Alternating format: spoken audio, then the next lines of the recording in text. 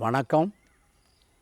நான் வேலூர் வரதராஜன், தமிழக ஸ்தாபன காங்கிரஸ் கட்சியினுடைய மாநில தலைவர். காவல்துறை சகோதர சகோதரிகள், நீங்கள் மிக ஜாக்கிரதையாக இருக்க வேண்டிய காலகட்டம்.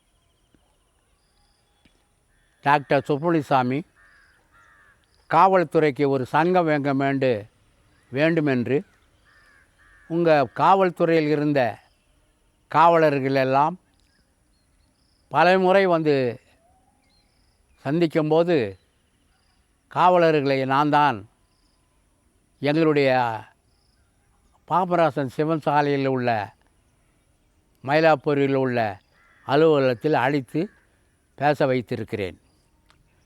அந்த சங்கத்தை அதற்காக டாக்டர் சுப்புலிசாமி பல முறை வாதாடி இருக்கிறார், பல வழக்குகளை போட்டிருக்கிறார். கடைசியிலே நம்முடைய நீதியரசர் சுபாஷன் ரெட்டி அவர்கள் நீதி அரசராக இருக்கிற காலகட்டத்தில் அதற்கு நீதிமன்றத்திலே டாக்டர் சாமி வாதாடி கொண்டிருக்கும்போது சென்னை ஹைகோர்ட்டில் வாதத்தை வைத்து போலீஸ் சங்கத்துக்கு ஏன் நான் ஒரு வாய்ப்பு சங்கம் அமைப்பதற்கு கேட்கிறேன் என்று சொல்லி அவர்களுடைய குறைகளை சொல்வதற்கு, மேல் அதிகாரிகளிடத்திலே அவர்களுடைய குறை சொல்வதற்கு ஒரு வாய்ப்பு கொடுக்க வேண்டும். அவர்கள் ஸ்ட்ரைக் செய்வதற்கு அல்ல, அவருடைய மனக்குறைகளை காவல்துறையுடைய உயர் அதிகாரிகளிடத்திலே சொல்ல வேண்டும், அதுக்கு அனுமதி வேண்டும் என்பதற்காக தான் இந்த சங்கத்தை கேட்கிறேன். அந்த மக்கள் ரொம்ப துன்பமாக இருக்கிறார்கள் என்று வாதாடின்னு இருக்கின்ற போது, வாதாட்டத்தில் இறுதி வடிவத்தில் வருகிற போது நீதியரசர் சுபாஷன் ரெட்டி அவர்கள் சங்கம் கொடுக்கலாம் என்ற ஒரு முடிவுக்கு வந்துவிட்டதாகவே செய்திகள் பரவின. அன்று சங்கம் கொடுத்து விட்டால், போலீஸுக்கு சங்கம் கொடுத்து விட்டால் அரசியல்வாதிகளை, குறிப்பாக கருணாநிதியை யாரும் மதிக்க மாட்டார்கள். அவர் செய்யக்கூடிய லீலைகள் அத்தனைக்கும், தவறுகள் அத்தனைக்கும் உடந்தையாக இருக்க மாட்டார்கள் என்று நினைத்து அந்த சங்கம் வராமல் தடுத்து விட்டார் நம்முடைய முன்னாள் முதலமைச்சர் கருணாநிதி அவர்கள். இல்லை என்றால் அந்த சங்கம் அவர்களுக்கு கிடைத்திருக்கும். அதன் நிறைய குறைகளை அவர் சொல்லியிருப்பார்கள். இன்று என்ன நிலைமை என்று சொன்னால், இன்று பலவிதமான மக்களை காவல்துறை சார்ந்தவர்களையா நீக்கி பெரும் செல்வந்தர்கள், பெரும் வசதி படைத்தவர்கள், ரவுடிகள் எல்லோரையும் கூலிப்படைகள் பெரும் செல்வமாக ஆகிவிட்டது. காவல்துறை அவர்களை கண்டால் பயப்பட வேண்டிய சூழ்நிலை இருக்கிறது. எனவே காவல்துறையை சார்ந்தவர்கள் தனியாக எந்த வழக்கையும் சென்று விசாரிக்க முடியாத சூழ்நிலை. கையிலே துப்பாக்கி எடுத்துக்கொண்டு தான் செல்ல வேண்டும். ஒரு 5-6 பேராக தான் செல்ல வேண்டும். குறிப்பாக பெண்கள் தனியாக செல்லக்கூடாது. இன்று அரசியல்வாதிகள் மேலே கொலை செய்வதற்கு எல்லோரும் துணிந்து விட்டார்கள். அதிகாரிகளையும் கொலை செய்கிறார்கள், காவல்துறையும் கொலை செய்வார்கள். இப்பொழுதே காவல்துறையை அடிக்கிறார்கள். ரவுடிகள் அத்தனை பேரும் பெரும் செல்வந்தர்களாக மாறிவிட்டார்கள். எனவே காவல்துறையை சார்ந்தவர்கள் இப்பொழுது புதிய சட்டம் வந்திருக்கிறது.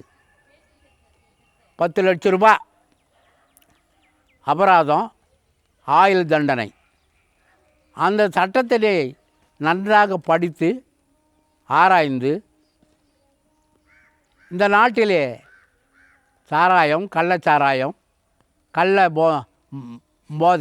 போதை மருந்துகள் அத்தனைக்கும் அதை கைது செய்து ஆயுள் தண்டனை கொடுக்க வேண்டும், 10,00,000 அபராதம் விதிக்க வேண்டும் என்று சொல்லியிருக்கிறார்கள். அதில் நீங்கள் பார்த்தீர்கள் என்று சொன்னால் திராவிட கட்சிகள் அனைவரும்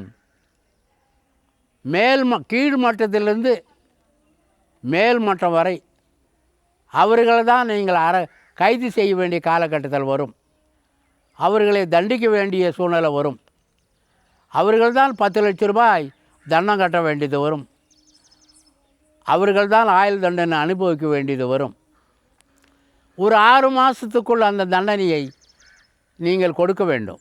அவர்களுக்கு 15 வருஷம், 10 வருஷம், 20 வருஷம், ஜெயலலிதாவுக்கு கொடுத்த மாதிரி 22 வருஷம் வாய்தா வாங்கிறதுக்குன்னே வக்கீலுங்க இருக்கக்கூடாது. நம்முடைய மாவட்ட நீதிமன்றத்தில் இருந்து உயர் நீதிமன்றம், உச்ச நீதிமன்றம் வரை 6 மாதத்துக்குள்ளவே சில முக்கியமான வழக்குகளுக்கு மரண தண்டனை கொடுக்க வேண்டும். 6 மாதத்துலேருந்து ஒரு வருஷத்துக்குள்ள கடுமையான குற்றம் செய்தவர்கள் அனைவருக்குமே தமிழ்நாட்டிலே தூக்கு தண்டனை அதை நிறைவேற்றி காட்ட வேண்டும். அப்படி காட்டவில்லை என்று சொன்னால் இப்பொழுதே உத்தராஞ்சலில் ஒரு நீதிபதியை ஆட்டோ ஏற்றி கொண்டுட்டான். அவனுக்கு தீர்ப்பு எதிர்ப்பாக சொன்னதுனால நாகப்பட்டினத்தில் ஒரு பெண் மேஜிஸ்ட்ரேட்டை வெட்டி போட்டானுங்க. நீதிபதிகளே நடமாட முடியாது தீர்ப்பு சொல்லிட்டு.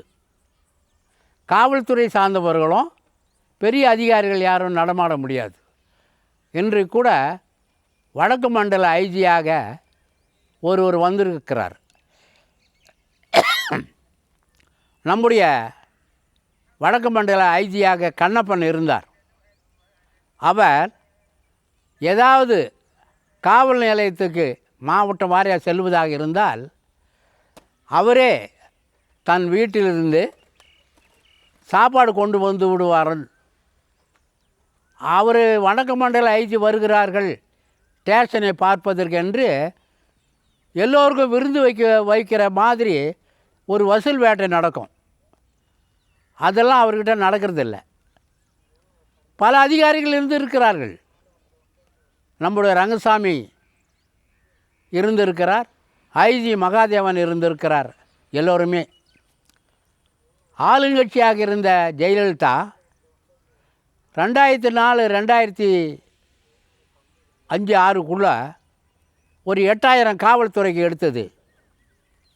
அலெக்சாண்டர் தேர்வான குழு தலைவராக இருந்தார். ஒரு பேப்பரை திருத்திட்டு அதுக்கப்புறம் தான் உடல் தகுதியை பார்த்தாங்க. படிப்பை பார்த்துட்டு ஒரு பேப்பர் 50,000 ரூபாய்க்கு விற்றுட்டாங்க. அதிலிருந்து திருடி அலெக்சாண்டர்கிட்ட இருந்த பேப்பரை அவன் வீட்டில் வேலை செஞ்சுக்கிறவங்ககிட்ட வச்சு வாங்கி டிரைவரும் அவனை சேர்ந்துக்கின்னு கொஸ்டின் பேப்பரை திருடி ஜெராக்ஸ் போட்டு விற்று 50,000 ரூபாய் ஒரு பேப்பர் விற்று எல்லாருக்கும் பண்ணிட்டானுங்க.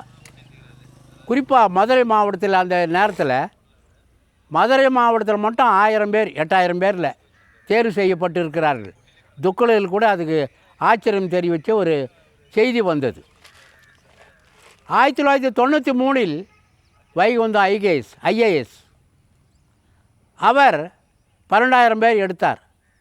அதை நீ ஃபாலோ பண்ணியிருந்தால் நேர்மையான காவல்துறைக்கு அதிகாரிகள் கிடைத்திருப்பார்கள். எல்லா மக்களுக்கும் செய்திருக்கிறார். 2004 எடுத்த 8000 பேர் தான் இன்றைக்கி பெரிய அதிகாரிகளாக ஜெயலலிதா பீரியடில் வந்திருக்கிறது. 60 ஆண்டுகளில் காவல்துறைக்கு எடுத்த அனைவருமே பணம் வாங்கி கொண்டு எடுத்திருக்கிறார்கள் என்று சொல்லுகிறார்கள். இனிமேல் காவல்துறையும் கெட்டுப்போச்சு, காவல்துறை ஈரல் கெட்டுப்போச்சு, வருவாய்த்துறையினுடைய ஈரலும் கெட்டுப்போச்சு, நம்முடைய நீதிமன்றத்தினுடைய எல்லாமே கெட்டுப்போச்சு. நீதித்துறை எல்லாமே போயிடுச்சு. நம்பிக்கை இழந்துட்டாங்க. உயர் நீதிமன்றத்தை மட்டும் நம்பிக்கை கொண்டு இருக்கிறார்கள். பார்ப்பான் நீதித்துறையில், காவல்துறையில், வருவாய்த்துறையில் ஆட்சித்துறையில் என்றைக்கு கீழ்மட்டத்திலேருந்து தாலுகா ஆஃபீஸிலேருந்து போனானோ அதுக்கப்புறம் மொத்தம் வந்து உட்காந்துக்கின்னு மொத்த நிர்வாகம் சீர்கேடு ஏற்பட்டு விட்டது. அதனால் காவல்துறை இப்போ வந்துக்கிற சட்டத்தை பயன்படுத்தியாவது நீங்கள் சட்டத்தை ஒழுங்காக அமுல்படுத்த வேண்டும். நம்முடைய வக்கீல் சங்கங்கள் போராட்டம் நடத்தி கொண்டு இருக்கிறார்கள். 3 சட்டத்தை வாபஸ் வர வேண்டும். அந்த சட்டம் என்ன என்றதை மக்களுக்கு விலைக்கு சொல்ல வேண்டும், பாமர மக்களுக்கு என்று நான் கேட்டுக்கொள்கிறேன். ஜெய்ஹிந்த்.